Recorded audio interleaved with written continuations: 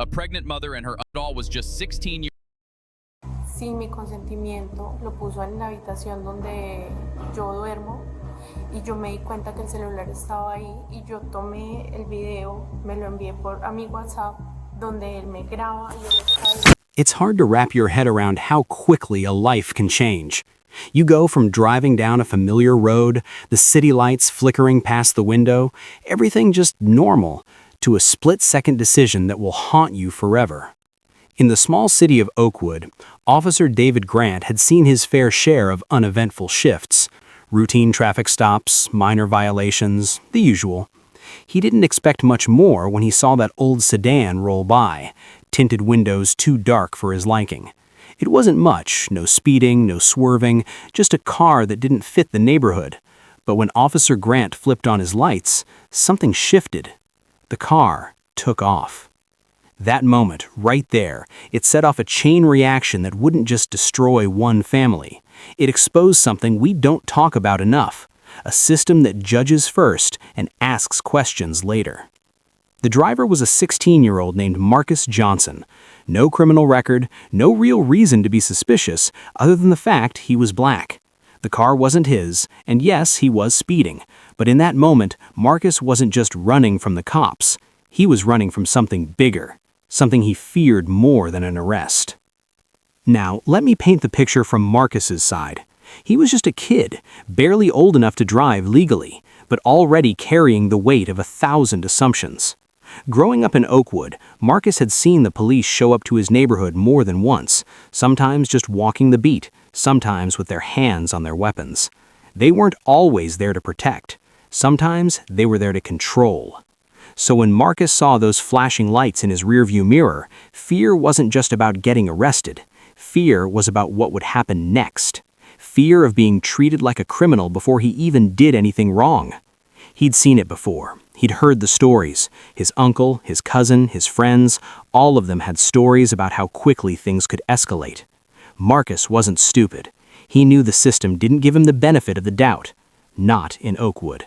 So what did he do? He ran.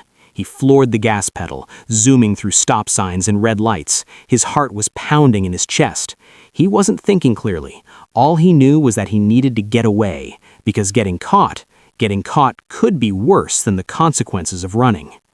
Meanwhile, Officer Grant was on his tail, the sirens wailing. He wasn't going to let this kid get away. The chase took them down long stretches of road, through busy intersections. Marcus sped past 50, 60, 70 miles per hour. His hands were shaking, sweat pouring down his forehead. But he didn't stop. A few minutes later, it all came crashing down. Marcus ran a red light, slamming into a family's car that had just started moving through the intersection. Inside that car was Sophia Turner, 32, her husband Derek, and their 3-year-old son Eli. Sophia was 7 months pregnant with their second child. In a moment, their lives were shattered. The force of the impact crumpled the car like it was made of paper. The crash was catastrophic. Sophia died at the scene. Derek, barely alive, was pulled from the wreckage. Little Eli somehow survived, but he was trapped in his car seat, crying, confused, and alone. Now, let's be clear. Marcus didn't mean for this to happen. He wasn't a cold-blooded criminal. He was a kid terrified of being profiled, of being treated like a criminal. And yet that fear, that instinct to run, is what sealed the fate of Sophia and her unborn child. In those moments, everything about the system that had shaped Marcus's life came into focus. The flashing lights, the sirens, the fear. It wasn't just about his decision to run. It was about everything that had happened before that night. All the times he had been told in subtle ways that his life was worth less. That's why he ran.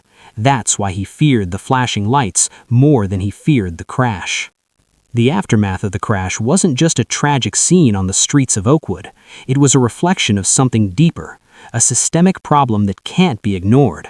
Marcus was arrested and charged with manslaughter, reckless driving, fleeing from the police. He was only 16, but the legal system didn't treat him like a child. He was sent to trial as an adult. The court was filled with people on both sides. Sophia's family, devastated, seeking justice. Marcus's family, equally shattered, unsure of how to defend their son. The judge handed down a harsh sentence, years in prison, potentially a lifetime of regret. But here's the question that nobody really wants to answer. Was Marcus's fear justified? Was it right for the police to chase him down? Should they have pulled back when they had the chance, knowing that a 16-year-old with no criminal history was just running from fear, not malice? Should the system have treated Marcus as a scared teenager, not as a suspect? The truth is, police are often trained to be aware of a person's race, even if it's subconscious. They're taught to recognize patterns of behavior based on race, whether it's how someone walks, how they drive, how they interact with officers. This bias is often unintentional, but it's still there, and it affects everyone, from the officers to the suspects. You might say, well, Marcus shouldn't have run. He should have stopped. But how many of us would have stopped if we knew the police weren't just going to arrest us, but potentially ruin our lives over something small like a busted taillight or a speeding ticket? And here's the thing. It's easy to blame Marcus. It's easy to say, if he just followed the rules, this never would have happened. But sometimes, following the rules doesn't guarantee safety. And sometimes, following the rules doesn't guarantee justice. So, what's the real cost of this tragedy? Who's to blame here? Is it the 16-year-old who feared the police more than he feared a red light? Is it the officers who were trained to act first and ask questions later? Or is it a system that assumes the worst about certain communities based on race, poverty, and fear? We can't ignore that a young life was destroyed that night, but we also can't ignore the system that helped set the stage for this tragedy. We can't pretend this is just an isolated incident, because it's not. This happens every day in big cities and small towns across this country. And if we don't start addressing it, really addressing it, things will never change. So, what's the lesson here? What do we take away from this? Let me ask you, how much are you willing to question the system that's meant to protect you? How much are you willing to fight against the biases, even the ones you don't think you have? We can't fix the problem by pointing fingers or pretending it doesn't exist. It's about understanding. It's about seeing the humanity on both sides, the police officer who's trained to act on fear and the teenager who's grown up learning that fear every single day. The next time you see someone running, ask yourself, why? And when you see a flashing light in your rearview mirror, ask yourself, what will your decision be? Comment below. I want to hear your thoughts. Have you ever been in a situation where you feared the system, where you felt like you had no choice but to run? Or have you ever had to make the tough choice to act first and ask questions later? Let's talk about it. And remember, we all have a role in making things better. The laws exist to protect us, but they only work when we're all treated equally.